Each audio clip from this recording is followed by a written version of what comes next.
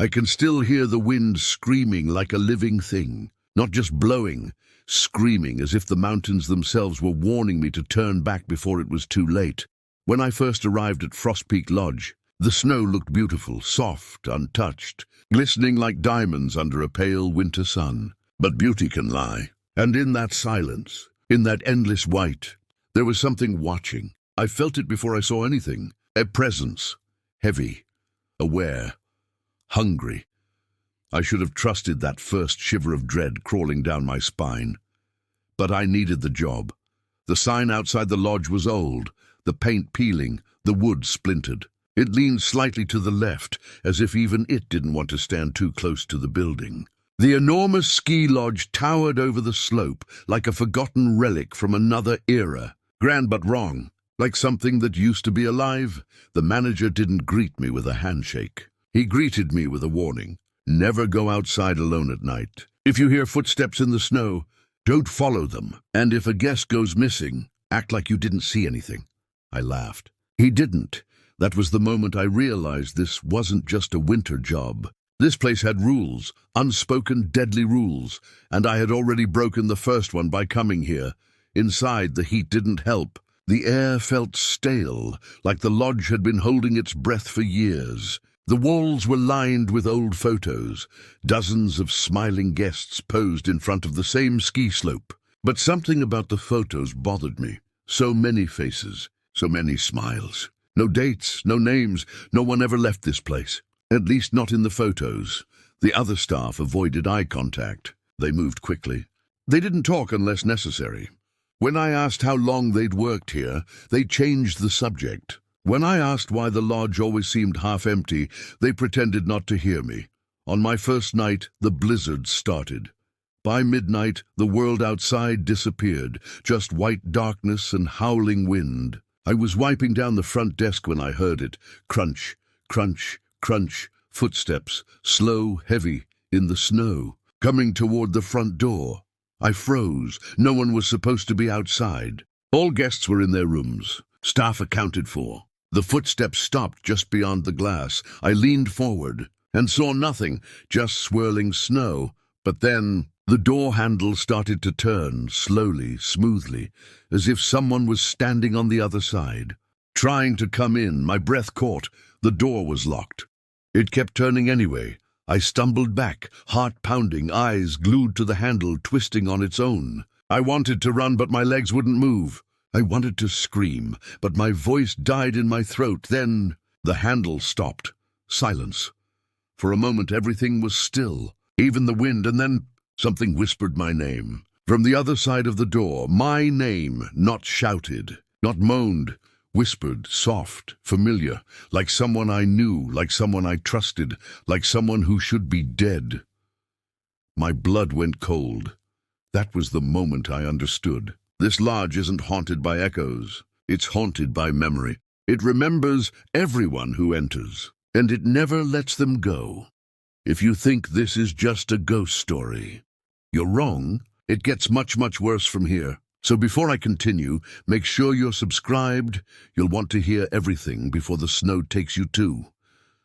I backed away from the door, and when I turned around, there were wet footprints on the floor, leading deeper into the lodge, even though I never opened the door, and they weren't mine. The footprints glistened against the wooden floor, shimmering with melted snow. Fresh, wet, impossible. My lungs locked as I stared at them, each one perfect, detailed, human. They started near the entrance and stretched deeper into the hallways of Frost Peak Lodge. I hadn't opened the door. No one could have come in. So who was walking inside? Fear told me to run. Curiosity made me follow.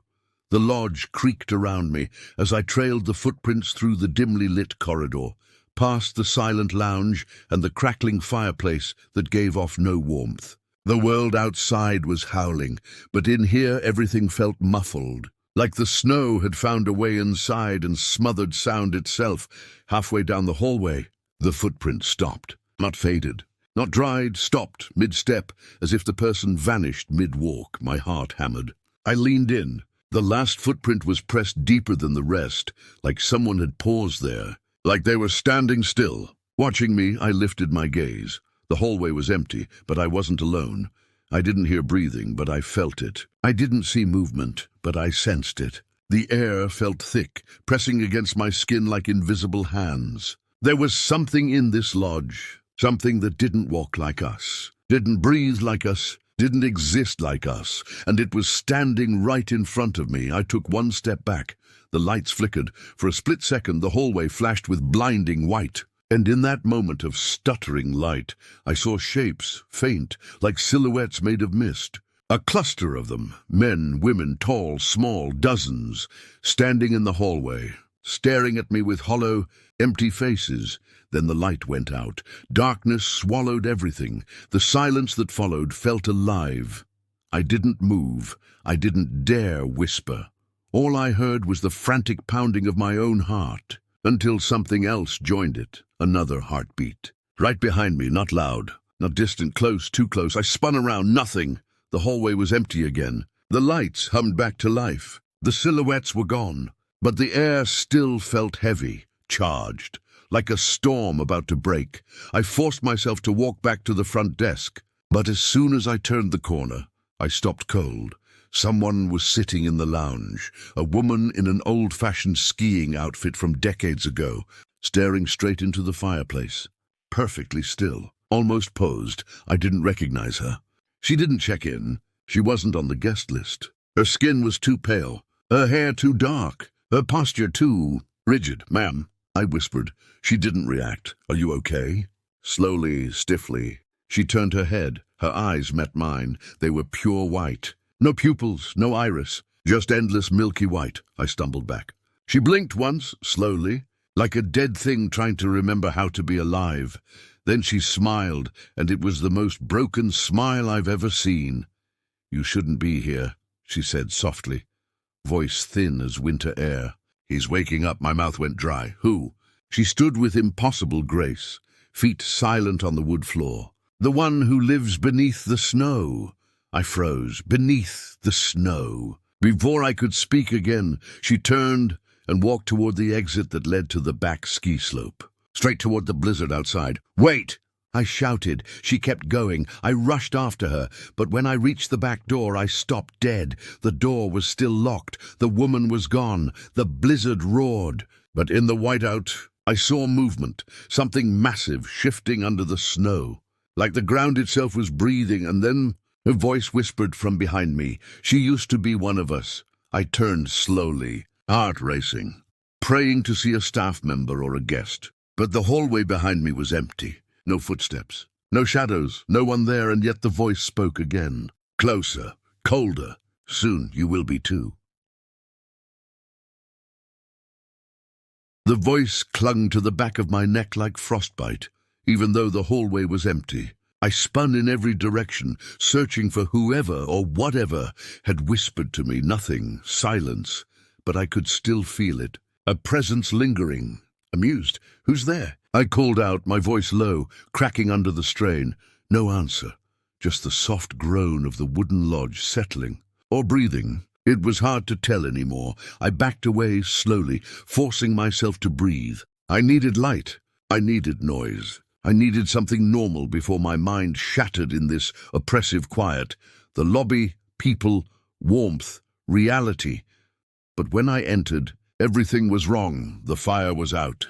The lamps were dim. The air felt colder than outside, and the front desk phone was ringing, a shrill, sharp ring slicing the silence in half. I rushed over and grabbed it, desperate for a human voice. "Hello?" Ross Peak Lodge. I froze. There was no response. But I could hear something, not static, not breathing. Snow. It sounded like snow falling, but louder, heavier, almost like a blizzard was happening inside the phone. "Hello?" I whispered again, and then a voice emerged from the snowfall, faint, far away, choking. "Help." My blood turned to ice. "Who is this?" "Please, I'm still here. We're all still here. We're trapped in the white." The voice cracked, like someone crying with frozen lungs. "Where? Where are you?" A ragged breath. "Behind the mirrors." Click. The line died. I stood there, hand trembling around the receiver, my mind spinning. Behind the mirrors? What did that mean? Then I noticed something. Across the lobby, above the fireplace, hung a massive antique mirror, and in it I saw myself, but something was off. The reflection of the lobby behind me wasn't moving. The fire in the mirror still burned, even though the real fireplace was cold and dark. The lights in the mirror were bright, though the room itself was dim, and worst of all, in the reflection, I wasn't alone. A woman stood behind me, not the one from the lounge. Someone else, dressed in winter gear, but her face was blue, lips frozen, hair stiff with ice. Her eyes were wide open, and she was staring directly at me. I spun around. No one there. My heartbeat pounded in my ears. I looked back at the mirror. She was closer, right behind me. I jumped away with a gasp. The woman in the mirror opened her mouth, her jaw unhinged, wider than humanly possible, and she screamed. No sound came out, but the glass shook, cracked, spider-webbed across the surface, warping her face. Then wham! Something slammed into the other side of the mirror from within. Once, twice, they were trying to break through. I stumbled back as the mirror bent outward like something was pressing against it, pushing, clawing. Stop! I yelled, as if that would do anything. The cracking slowed. The reflection stilled. For a moment I thought it was over. But then the woman in the mirror smiled, and dozens of pale hands pressed up against the glass. From the inside, fingerprints, palms, nails scraping the surface. One of them slowly traced a message in the frost on the other side of the mirror. Let us in. The lights above me flickered violently. I backed up to the middle of the lobby, heart pounding, when boom, boom, boom, 3 deafening bangs shook the front entrance doors. Someone or something was outside, pounding to get in. I turned slowly. The doors rattled again. And through the glass, through the howling wall of snow, I saw a shadow, human-shaped, still, waiting. Then it stepped closer, and I recognized the face. My breath caught in my throat. It was me. My frozen reflection stood outside in the blizzard, staring back at me with dead eyes. And then it lifted its hand and waved. I couldn't move. My duplicate stood outside in the storm, staring at me with lifeless eyes through the glass doors. I don't mean it merely resembled me. It was me. Same face, same jacket, same posture, like a reflection that had stepped out of the mirror and wandered into the snow. And then it waved a slow, chilled greeting, mocking, inviting. Gnome. I whispered, my voice barely audible. That's not possible. My reflection tilted its head, the same way I tilt mine when I'm confused. Perfectly mirrored. It was studying me, the way a predator studies prey, and then it smiled. Not a human smile. A stretched, frozen grin that split its face in ways flesh shouldn't bend. The lights above me flickered. The wind outside roared like laughter. Then the door handle moved. From the outside, it wasn't locked, it was opening. No! I lunged forward, slamming my weight against the door just as the latch clicked. I felt pressure from the other side, the weight of something cold pushing back. It was strong, stronger than me. Frost began to spread across the glass like veins. Stay. Out, I yelled, but the thing just pressed harder, harder, until the door groaned in its frame. Suddenly a hand grabbed my shoulder. I jumped so hard I nearly screamed. Let go! Relax, a voice hissed behind me. Are you trying to get yourself killed? I spun around and saw Jonas, one of the maintenance guys. He was older, rugged, with permanent stubble and haunted eyes. I'd barely spoken to him since arriving. What are you doing? I shouted. He ignored the question. Step away from the door. Are you crazy? Something's out there. I know. His expression didn't change. Step away, now. I hesitated, then slowly backed off. Jonas stared at the door for a long moment, then spoke to it. Not this one. The pressure on the door stopped instantly. The frost retreated, the handle stilled, and my doppelganger was gone. My skin crawled. What the hell is going on? Jonas turned to me, jaw clenched. You need to stop wandering around alone. I work here, I snapped. And someone needs to explain why guests keep vanishing in the snow. He stared at me, and something in his gaze shifted. Pity, regret. You've heard them, haven't you? he said quietly. The voices, the footsteps, the mirrors. I swallowed hard. Yes, he nodded once. Then you're already marked. My blood turned to ice. Marked? For what? He took a shaky breath, almost as if speaking the truth aloud hurt. This lodge is built on a burial ground. I frowned. An indigenous site. No, he whispered. Worse. He looked toward the windows. Not everything buried in the snow was human. The wind howled louder, almost angry. You need to understand, Jonas continued. They don't just haunt this place. They own it. They hunger. They. I echoed. He leaned closer. The ones beneath the snow. My heart hammered. He wasn't joking. He wasn't exaggerating. He was terrified. Why do they take people? I asked. Jonas hesitated. His eyes glistened with something like guilt. They don't take everyone, he said. Only the ones the lodge chooses. The ones who can't let go. What does that mean? He looked straight at me. You came here running from something, didn't you? The words hit harder than any ghost could, because he was right. I didn't take this job for adventure.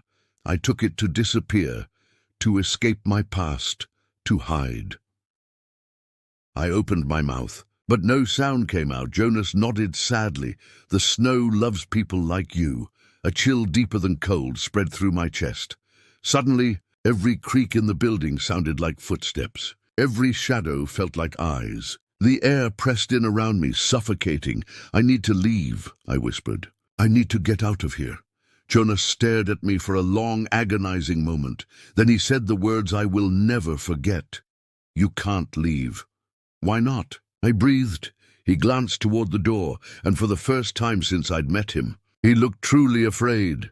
Because, he said softly, the snow already knows your name. Suddenly, every window in the lobby blew open at once, blasting us with freezing wind, and from the darkness outside, I heard dozens of voices whisper in unison, "We've been waiting for you." The windows exploded inward, like the night itself had shattered and come rushing inside. A blast of freezing wind slammed into us, sharp as knives, howling as if the mountain itself had a voice. The lights flickered violently overhead, once, twice, then steadied. But something was different. The air felt alive. The cold wasn't just temperature. It was presence and those voices. "We've been waiting for you." They didn't echo in the room. They echoed inside my head, multiple, layered, male, female, old, young, some crying, some laughing, some barely more than a breath. I clutched my ears, but the sound dug in deeper, vibrating through bone. "Make it stop." I gasped. Jonas didn't move. He didn't flinch. He just stared at the windows with dead eyes. "They've noticed you," he said flatly. "There's no turning back now." I staggered toward him. "What are they?"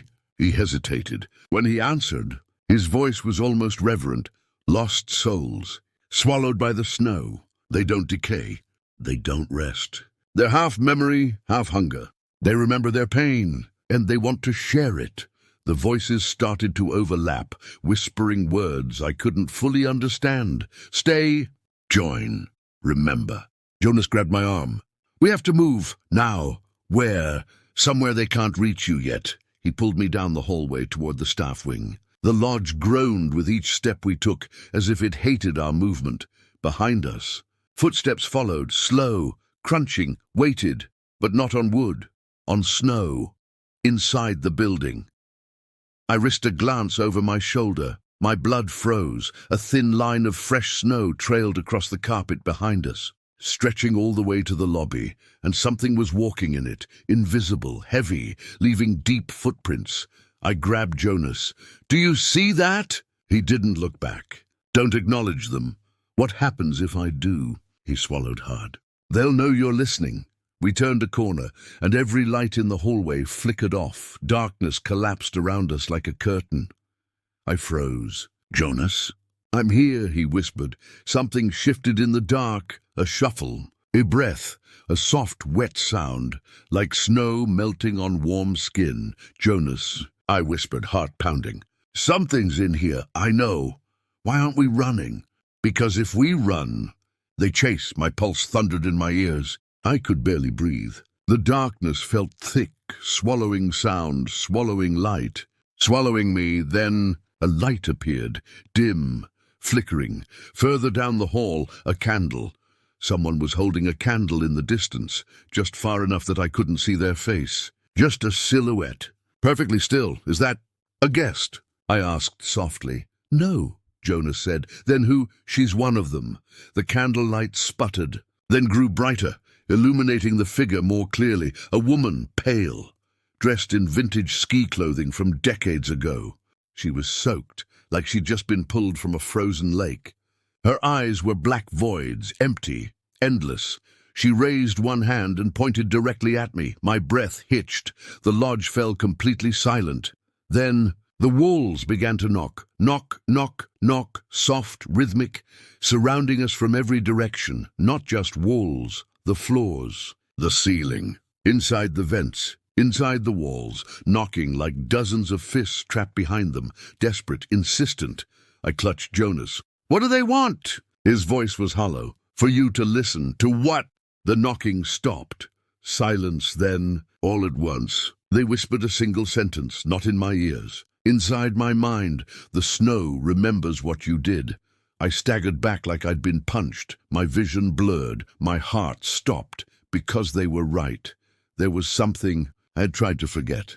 Buried in my past. Buried deep, and somehow the snow knew. I pressed my hands over my ears, shaking, terrified. When a voice I knew very well whispered right behind me, "Why didn't you save me?" That voice, that specific voice, it didn't belong to a stranger, a ghost, or some unknown victim of the snow. It belonged to her. My chest constricted so violently I couldn't breathe. "Why didn't you save me?" She whispered again, so close it felt like her lips were next to my ear. "No, no, no, no." I spun around, eyes wide, praying, begging that no one would be there, empty hallway, but I could still feel her. The cold around me changed. It wasn't the harsh, biting cold of the blizzard outside. It was the soft, familiar chill of memory. My stomach twisted. "This isn't real," Jonas turned to me. His expression hardened. "Tell me who you heard. I didn't hear anything." He stepped closer. "Don't lie. They use the past against us. They dig into the things we bury deep, the things we never forgave ourselves for." I said I didn't. "Who did you lose?" He demanded. I froze. Her name sat heavy on my tongue, burning like ice. Emily, the one person I couldn't save. The memory I spent years trying to bury.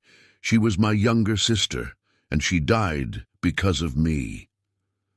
The hallway felt smaller, the air heavier. The knocking in the walls returned, faint, patient, like they were waiting for me to break. "I need to get out of here," I muttered, my voice cracking. "I can't stay in this place." Jonas didn't look surprised. "You can't leave. You already said that." "No," his voice lowered. "I mean it literally. There is no way out." My heart lurched. "What do you mean?" He pointed toward the exit sign glowing at the end of the corridor. "Go ahead. Try." I stared at him, then walked to the door, adrenaline pumping. I slammed the push bar. The door flew open. A wave of freezing night air blasted me in the face. Snow, wind, darkness, freedom. For the first time, it felt possible. I stepped forward and sank, up to my knees in snow. Even though there had been a cleared path just hours ago, I tried to lift my legs. They wouldn't move. The snow was gripping me, clinging, pulling. "Jonas!" I shouted. He didn't run toward me. He stood in the doorway, expression blank, like he'd already seen this before. "Don't fight it," he said. "What?" "The more you resist, the deeper it pulls."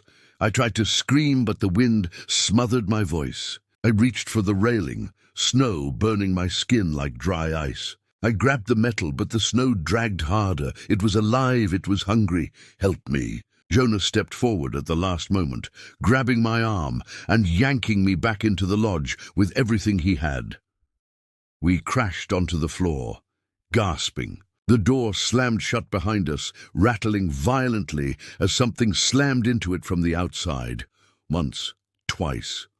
Boom! Boom! The snow itself was hitting the door like fists, like bodies, like a horde. Then, silence. I lay there trembling. My legs still felt frozen. My lungs ached slowly. I lifted my eyes to Jonas. His voice came out low. Defeated. No one leaves Frost Peak Lodge.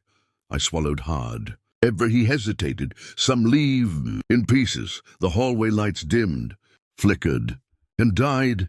We were plunged into darkness. Then, from somewhere deep in the lodge, a door creaked open, slow, long, groaning through the silence. Jonas stiffened. Not tonight.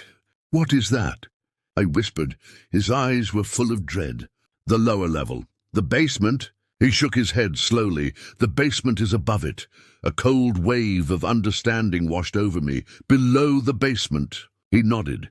That's where the lodge was built over them. My blood ran cold. He looked at me, terrified. They're waking up. In the pitch darkness, I heard footsteps climbing the stairs from the forbidden level below. One set, then two, then dozens, and every single one was coming straight toward us. The footsteps rose from the depths like a heartbeat beneath the floorboards. One set, then two, then dozens, slow, heavy, in perfect rhythm. Like a march from the grave. I couldn't see anything in the dark, but I could feel them. Every thud vibrated through the wooden structure, through my bones, through my memories. They were climbing, floor by floor, straight toward us. Jonas, I whispered, paralyzed. We have to move. He didn't respond. Jonas. He stood frozen, eyes locked on something I couldn't see in the darkness. His breathing was shallow, almost panicked. It was the first time I'd seen him truly afraid. They've never all come at once before, he said, voice thin. Something's changed. The air grew colder. The walls groaned. The wind outside went suddenly silent, as if the storm was holding its breath, the only sound left. Footsteps getting closer. I know a place, Jonas said quickly. Follow me. Don't look back. He took off down the hallway, and I ran after him. The floor beneath us trembled as the footsteps reached the main level. I could feel the weight of them in the air, like dozens of beings standing just out of sight, watching, hungry. We turned sharply down a service corridor I'd never noticed before. The walls here were older, the air staler, the lights dimmer, some flickered weakly. Others were burnt out completely. This part of the lodge isn't on the map, I whispered. It isn't supposed to exist, Jonas muttered. We reached a rusted metal door at the end of the corridor. Jonas pulled a key from around his neck and fumbled with the lock. The footsteps behind us grew louder, closer, coming around the corner. Hurry! I hissed. The lock clicked. Jonas threw the door open. We slipped inside and he slammed it shut, locking it again just as something hit the other side. Boom! Dust fell from the ceiling. Boom! Boom! They were slamming the door in unison, testing its strength, counting the weak spots. They wanted in. My heart pounded as I stepped back and looked around. We weren't in a room. We were in a chapel, hidden beneath the lodge. Wooden pews lined the room, an altar at the front. Candles melted down into long, twisted shapes. Stained glass windows covered in frost, moonlight struggling to get through. A chapel inside a ski lodge? What is this place? I asked, breath shaking. Jonas ran a hand through his hair. When they built this lodge, they found something under the ground. A mass burial. From what? An avalanche. He shook his head. No, older. My stomach twisted. How old? He looked at me with eyes that had seen too much. Older than the town. Older than the first settlers. Older than the mountain being named. He hesitated. Older than history. The pounding on the door grew violently louder. Jonas grabbed my shoulders. Listen to me. The lodge was never meant to be a resort. It was meant to be a seal. A barrier. They built over it to trap whatever was beneath. Trap? I gasped. You mean those things? They're not ghosts, he cut in. Ghosts were once human. I stared at him. Are you telling me they weren't human? The pounding stopped. Silence, cold, perfect silence. My skin crawled. Something was very wrong. Jonas froze. Listening, they stopped, I whispered. Is that good? He shook his head slowly. No, I swallowed hard. Why not?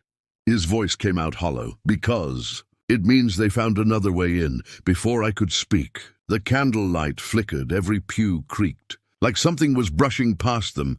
The air behind me grew colder, much colder. I didn't want to turn around, but I did, and I saw them, not fully, but clearly, silhouettes, dozens of them, standing in the pews like a congregation, facing the altar, all perfectly still, all in total silence. Then, slowly, in unison, they turned their heads toward me. Their faces were pale, hollow, eyes like pits in the snow. Not corpses, remnants of what the mountain had taken, of what the lodge could not contain. I stumbled back, shaking. "Jonas," I whispered. "What do we do?" He didn't answer, because he was staring at the altar, where something else was rising, something massive, something ancient, something that made the others step back in fear. Jonas spoke only one word, and it wasn't a name, it was a title, the first. The silhouettes dropped to their knees, and the thing at the altar opened its eyes. Its eyes, God. I've never seen anything like them. They weren't human. They weren't even animal. They were ancient, vast, as if I were staring into the memory of winter itself, cold, that had existed before time, before life, before warmth was ever discovered. And when those eyes opened, every candle in the chapel extinguished at once. Darkness swallowed us whole. I didn't scream. I couldn't. The air froze in my lungs. My body locked up. It felt like the temperature dropped 100 degrees in a single breath. Then I heard it, not with my ears, inside my bones. Sound like ice cracking under pressure, but layered with something worse, whispers, thousands of them, crying, begging, laughing, singing, all at once. I clutched my head, desperate to block it out, but the voices were inside me, pouring through my skull like freezing water. Jonas fell to his knees beside me, blood dripping from his nose. They woke him. He gasped. "He's not supposed to wake." "Who is he?" I choked out. My vision blurred. My muscles trembled. Jonas didn't look at me. He was staring at the altar, eyes full of terror. He is what the snow remembers. The ancient thing at the front of the chapel began to rise, not like a person standing, more like the shadows stretching, the cold condensing, the night forming a shape, and all the silhouettes around us, those ghostly remnants, fell prostrate, pressing their hands to the icy floor. They were afraid of him. Even the dead feared this thing. My mind screamed to run. My body wouldn't move.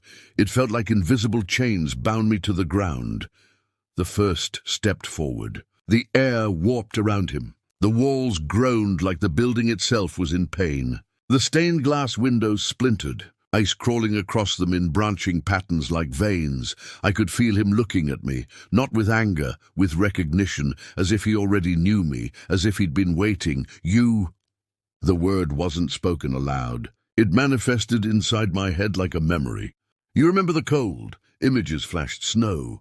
A broken road, headlights screaming, my sister's hands slipping from mine. "Stop," I begged. "Don't do this." But the memory continued. Emily, her lips blue, her body still, me pounding on the ice, me failing, me surviving when she didn't. Jonas stared at me with wide eyes. "That's how he finds you." The first step closer.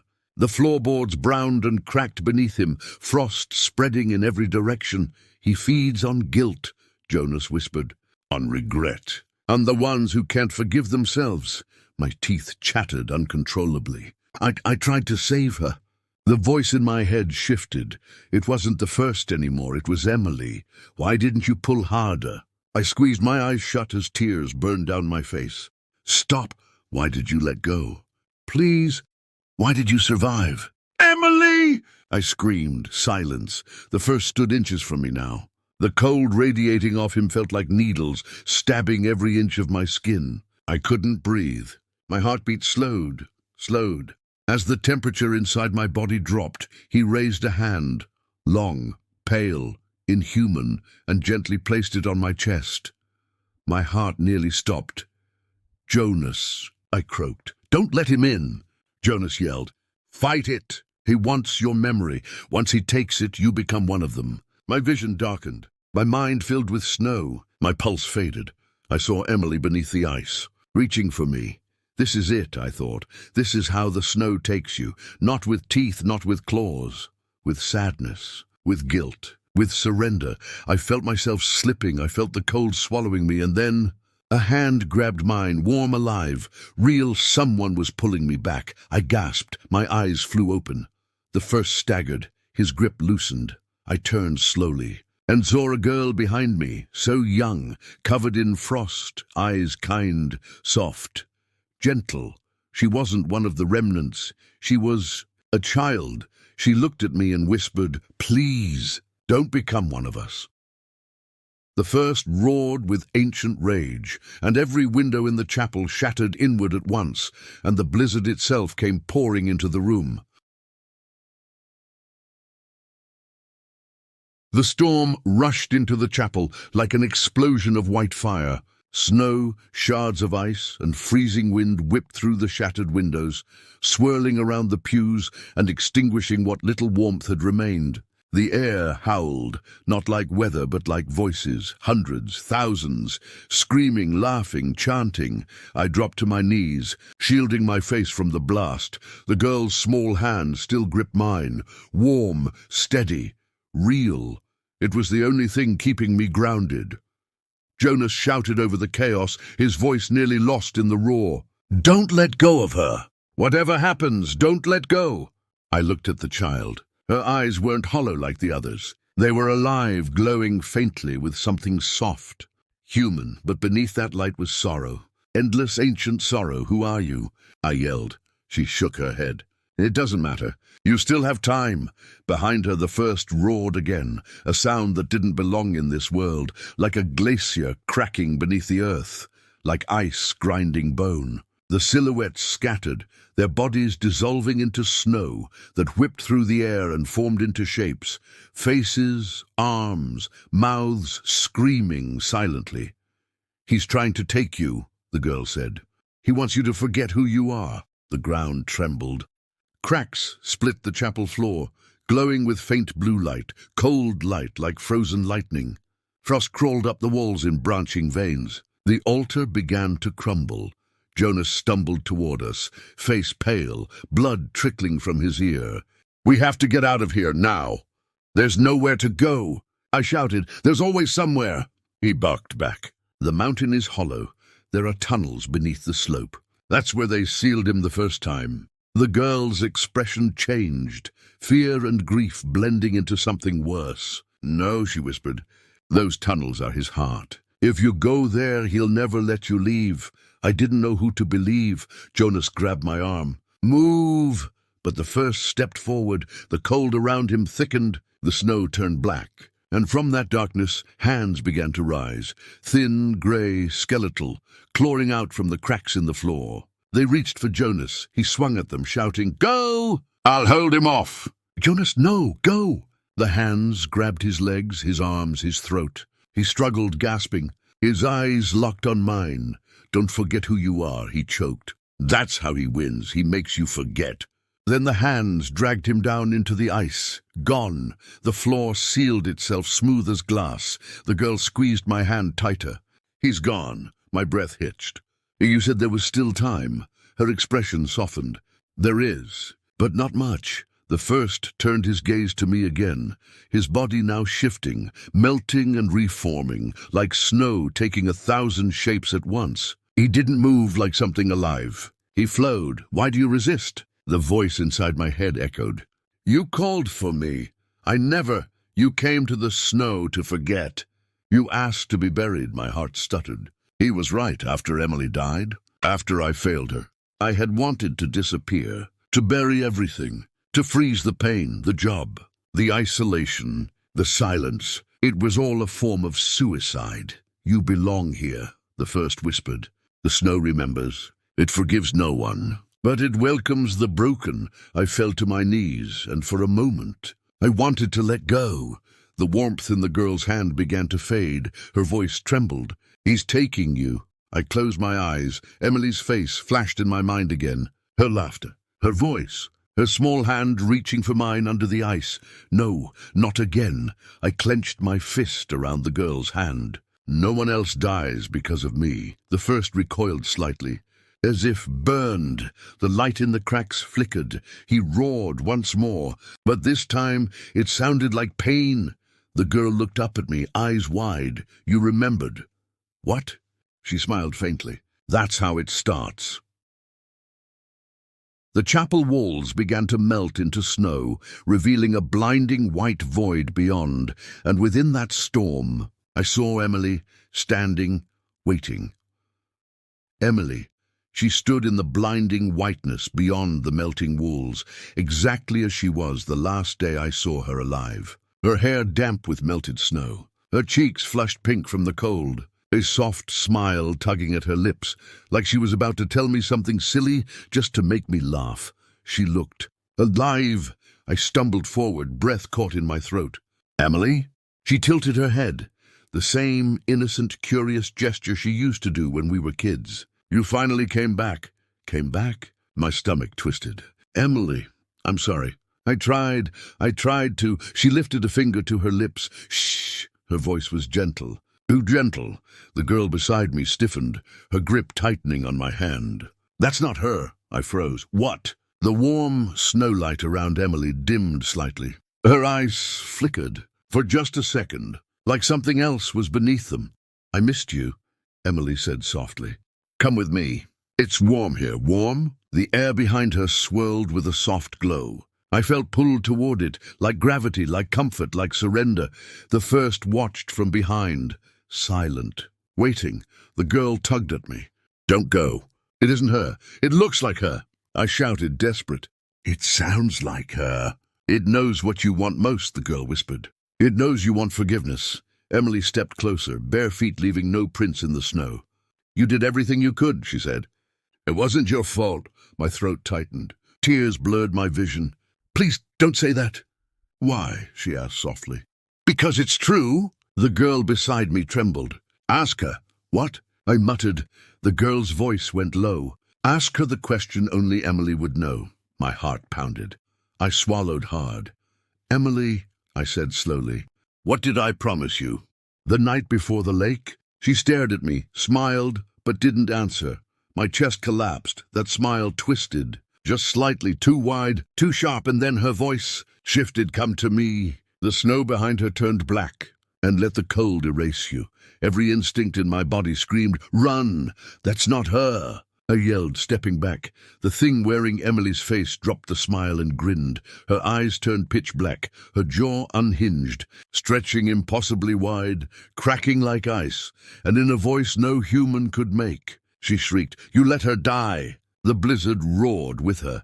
The force of the scream knocked me off my feet, slamming me onto the icy ground. I clutched my ears, but the sound tore into my mind like claws. She begged for help. You were too slow. She drowned because of you. Stop, I screamed back, tears freezing on my cheeks. I know. The storm froze mid-scream. Silence. Even the false Emily paused. I was panting, shaking, raw. I know I failed, I cried. I live with it every day. The air trembled. The first shifted. The girl beside me stared, eyes wide. I couldn't save her, I whispered. But I won't let you use her.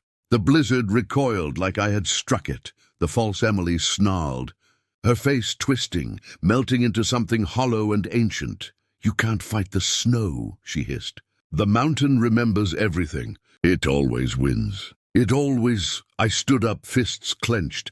Then it's time it remembers something new for the first time. The first hesitated. The whiteness flickered. The girl's eyes shone with sudden hope.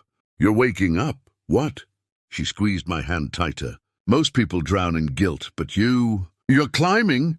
I stared at the first, the ancient, impossible thing made of memory and cold, and I felt something inside me shift.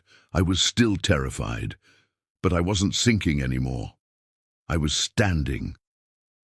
The first's eyes narrowed.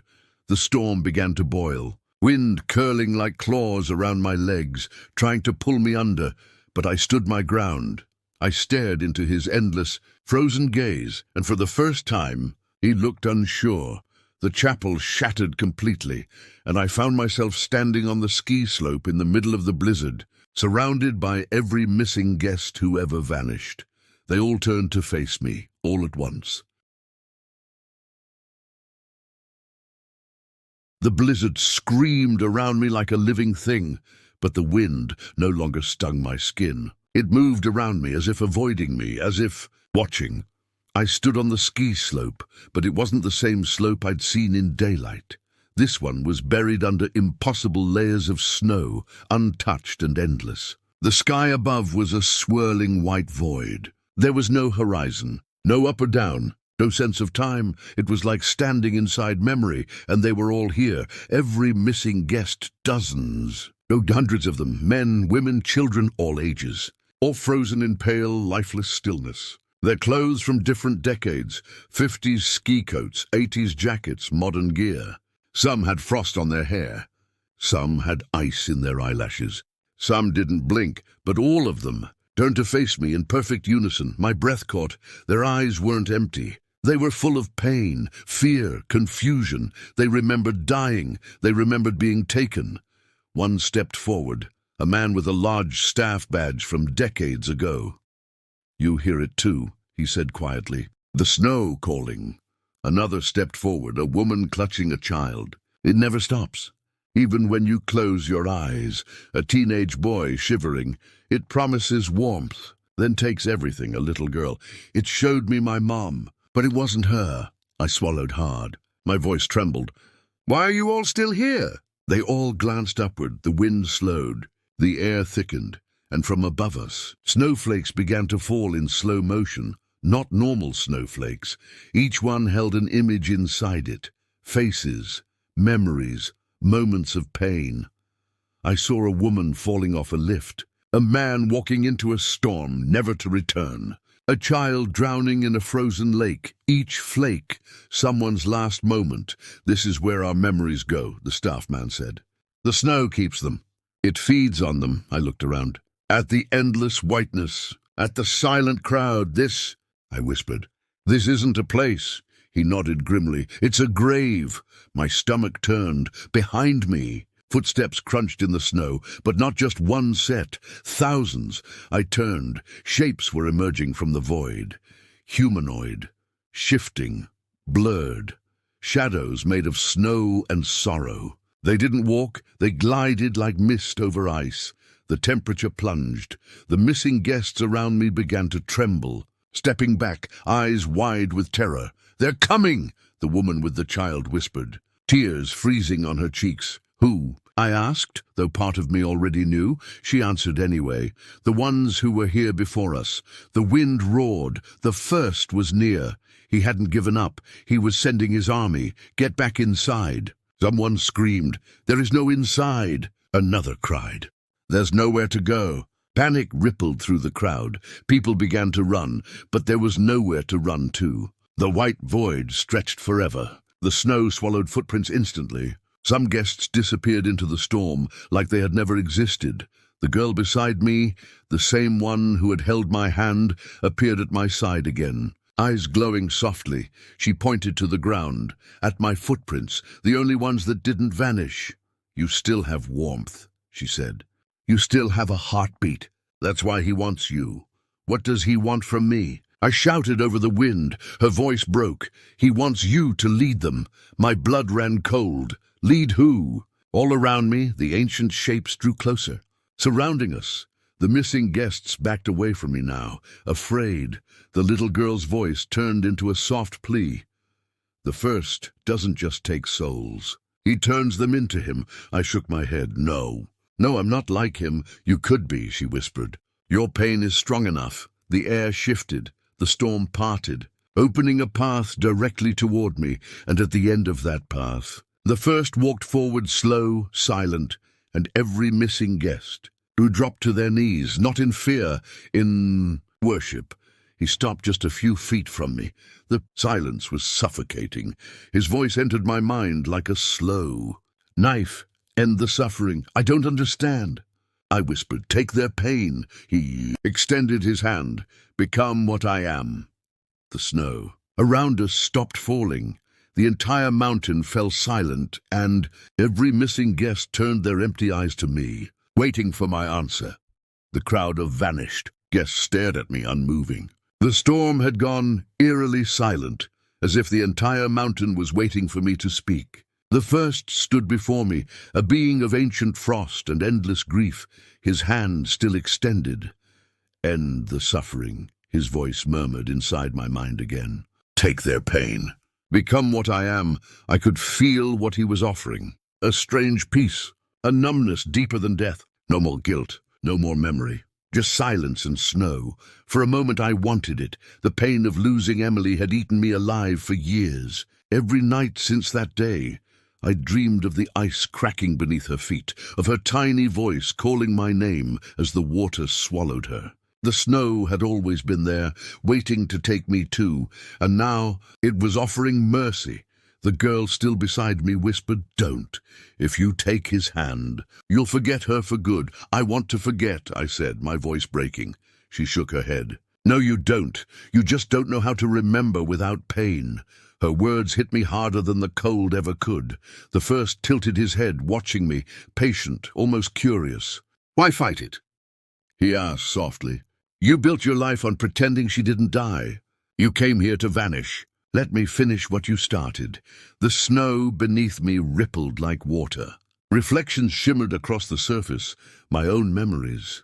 Me as a child, me and Emily laughing in the snow, me leaving her side for just one moment too long. And then the ice breaking. I sank to my knees. "Please," I whispered. "I just wanted to stop hurting." The first smiled. "Then step into the snow." The girl's voice cracked. "If you do that, you'll be one of them. You'll be lost forever." The wind began to swirl again, circling me in a spiral of white. The missing guests stood perfectly still, watching, their eyes pleading for release. Or maybe for company in their endless cold. I took one trembling step toward the first. The snow beneath my foot hissed, and from deep inside that sound, I heard her, Emily's voice, not the accusing tone from before, not anger, just a whisper. "You did try." I froze. "You didn't let go," she said. "The ice did." Tears filled my eyes. "Emily." The first's expression changed, the faintest flicker of anger. "She is gone," he hissed. "Memory lies. The snow is truth," but I felt her warmth. It was faint like the last flicker of a candle, but real. "She's not gone," I whispered. "She's part of me. And I'm still alive." The first took a step forward. The ground cracked beneath him. The air turned deadly cold. He reached out again, not offering this time, but taking. I stumbled backward, gripping the little girl's hand. "Run!" The snow howled to life again, wind lashing at us. The other figures, the guests, the remnants, began to dissolve, their shapes breaking apart into shards of ice that swirled around the first like a cyclone. He was feeding, absorbing their memories, their pain, their souls. Each time one vanished, his form grew sharper, more defined, more monstrous. The little girl shouted, "You have to seal him again, the way they did before." "How?" "Through memory," she cried. "through what the snow can't take from you." The world blurred. My thoughts spun. My skin burned from the cold. I looked at the first, the storm, the endless suffering all around me. And I understood. The snow devoured pain, but it couldn't consume love, not real love. I closed my eyes, clutching the girl's hand with everything I had left, and I remembered Emily's laugh. Her mittens too big for her hands. The way she called me bear, because I carried her on my shoulders. The way she forgave me before she fell. The warmth spread through me like fire under ice. The first screamed, a sound that cracked the sky. The storm convulsed, folding in on itself. The girl smiled through tears. "You're doing it." The white around us began to collapse. Not snow anymore, but shattered memory.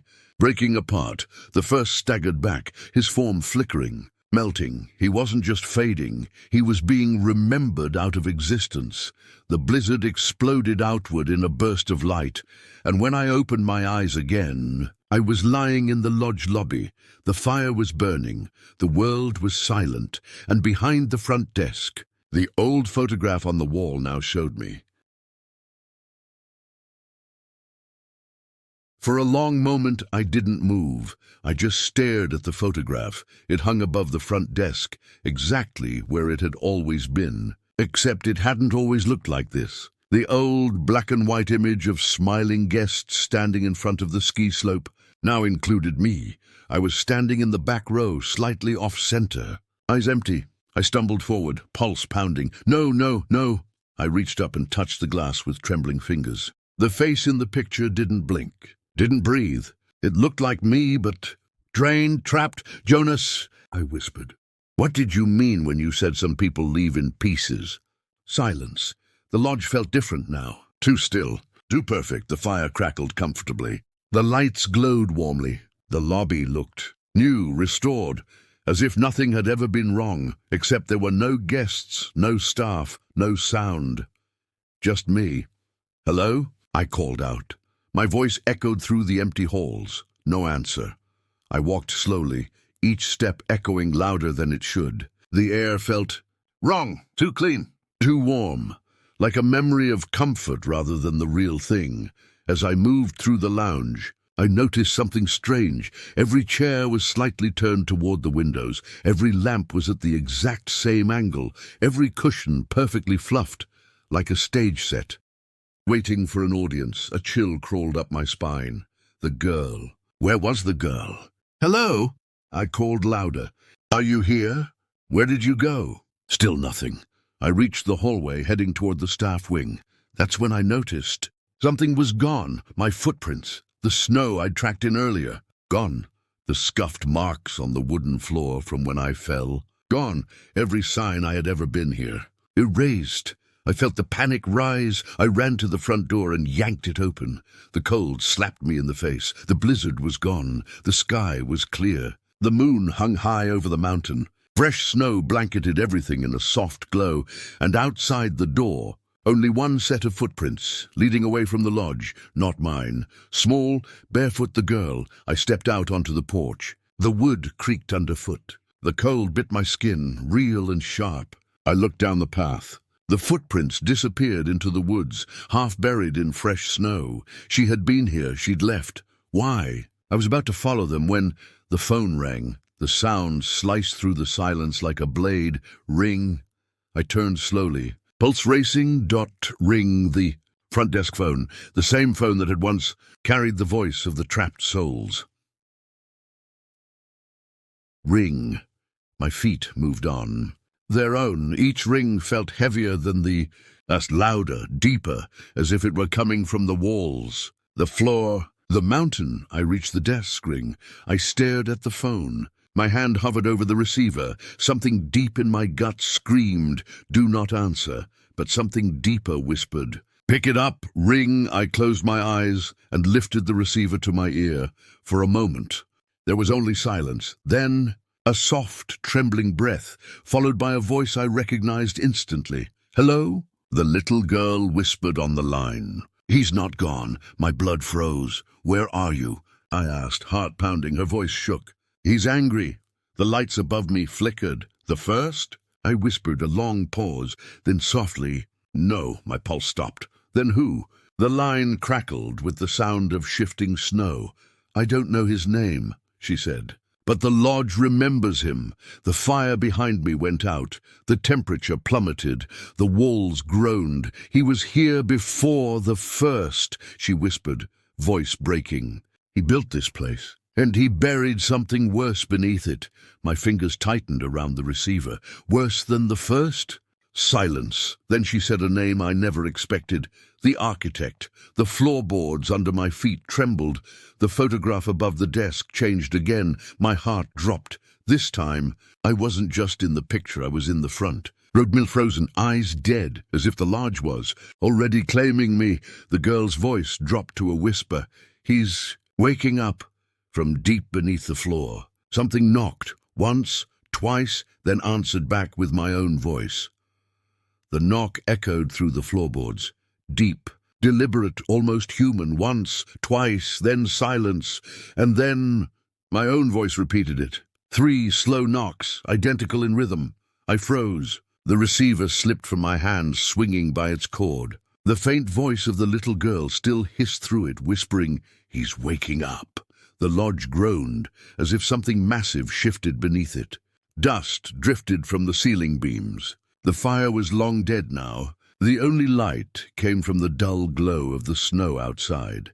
My reflection in the photograph above the desk seemed to flicker, almost breathing. The edges of the image rippled, and for a split second, my eyes in the picture moved. I stumbled back. No, this can't. Another knock, louder, closer. The sound came from the hallway leading to the staff quarters. Every instinct told me to run, but something deeper, the same compulsion that made me take this job in the first place, dragged me forward.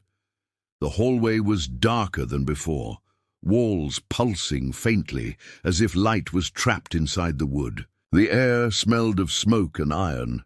I reached the end and found a small trapdoor I had never noticed before. Metal hinges, frost-covered handle. And from below, that same voice, my voice, calling softly. "Come see what you've built." I knelt, breath trembling in the frozen air, and lifted the door. The cold hit me like a fist. A staircase spiraled downward into blackness. At the bottom, faint blue light pulsed like a heartbeat. The floor creaked beneath me, whispering, "Don't go." But I descended anyway. Each step felt older than the last, like walking backward through time. The air grew heavier, and I began to hear it again. The whispers. Not chaotic this time, harmonized. A chant. The snow remembers. The snow forgives. The snow rebuilds.